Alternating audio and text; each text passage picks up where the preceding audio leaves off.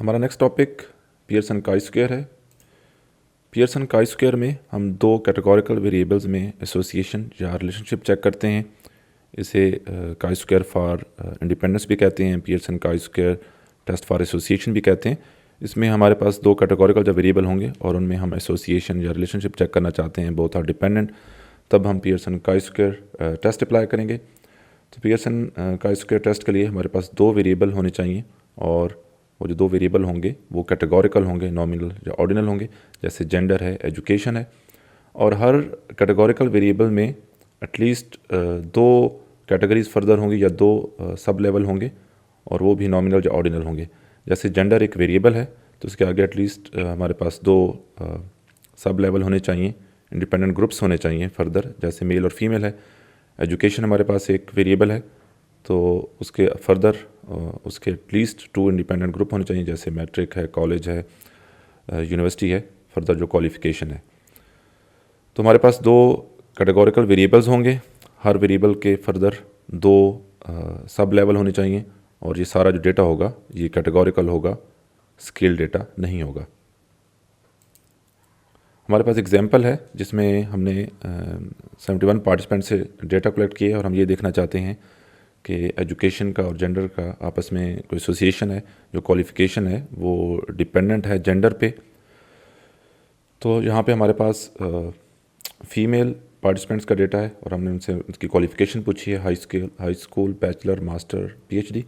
हमारे पास इसमें दो वेरिएबल हैं, एक जेंडर है, दूसरा एजुकेशन है। जेंडर के दो लेवल हैं, मेल, फीमेल, दो ग्रुप हैं इंडिपेंडेंट। एजुकेशन के हमारे पास चार इंडिपेंडेंट ग्रुप हैं, high school, bachelor, master, PhD. 31 female participants हैं, 40 मेल पार्टिसिपेंट्स हैं। और जो हमारा क्वेश्चन है वो ये है कि is there any relationship between gender of an individual and the level of education. हमारा जो नल हाइपोथेसिस होगा किन कैटेगोरिकल वेरिएबल्स में ये इंडिपेंडेंट हैं, देयर इज़ नो एसोसिएशन। और जो अल्टरनेटिव हाइपोथेसिस होगा वो ये होगा कि जो दो कैटेगोरिकल वेरिएबल हैं they are dependent, they are associated. तो डेटा को हम SPSS में एंटर करेंगे। SPSS ओपन करके हम वेरिएबल व्यू में जाएंगे। हमारा जो फर्स्ट वेरिएबल है वो सीरियल नंबर है जो कि स्केल डेटा है। एजुकेशन के हमारे पास चार वेरिएबल हैं, high school, bachelor, master, PhD, इनकी हम कोडिंग कर लेंगे। जेंडर में हमारे पास दो ग्रुप्स हैं, फीमेल, मेल, 1 और 2 हमने इसकी कोडिंग की है। ओके, ये नॉमिनल है, इसको हमने ऑर्डिनल वेरिएबल दिया है क्योंकि ऑर्डर है हाई स्कूल से लेके पीएचडी तक और इसका नॉमिनल है। जेंडर, डेटा व्यू में जाएंगे, हमने डेटा एंटर कर लिया है। पहले हमने फीमेल का डेटा एंटर किया है और उसके बाद मेल का। काई स्क्वायर अप्लाई करने के लिए एनालाइज, डिस्क्रिप्टिव स्टैटिस्टिक और क्रॉस टैब।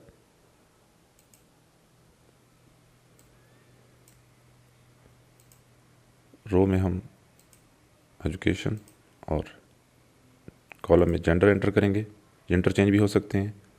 स्टैटिस्टिक पे क्लिक करेंगे और यहाँ पे इम्पोर्टेंट है कि हम काई स्क्वायर सेलेक्ट करें। कंटिन्यू, सेल्स पे हम क्लिक करेंगे। यहाँ पे परसेंटेजेस हमने अगर कैलकुलेट करनी है तो हम रो, कॉलम को हम सेलेक्ट कर लेंगे, टोटल भी कर लें। कंटिन्यू, ओके, आउटपुट विंडो आएगी जी। अगर हम यहाँ पे देखें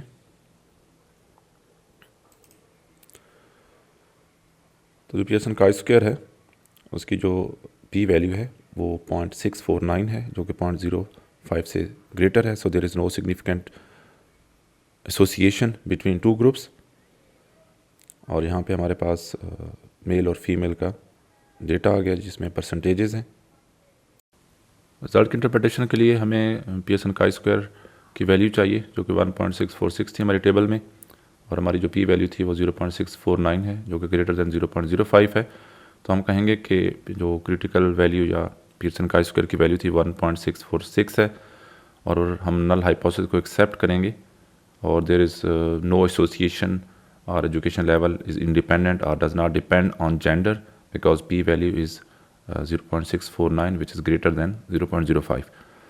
इन केस अगर हमारी p वैल्यू 0.05 से कम आ जाती तो फिर हम कहते हैं कि वी रिजेक्ट नल हाइपोथेसिस और एक्सेप्ट अल्टरनेटिव हाइपोथेसिस, और एजुकेशन जो है वो डिपेंडेंट है या एसोसिएटेड है ऑन जेंडर और विद जेंडर, बिकॉज जो p वैल्यू है वो लेस देन 0.05 है.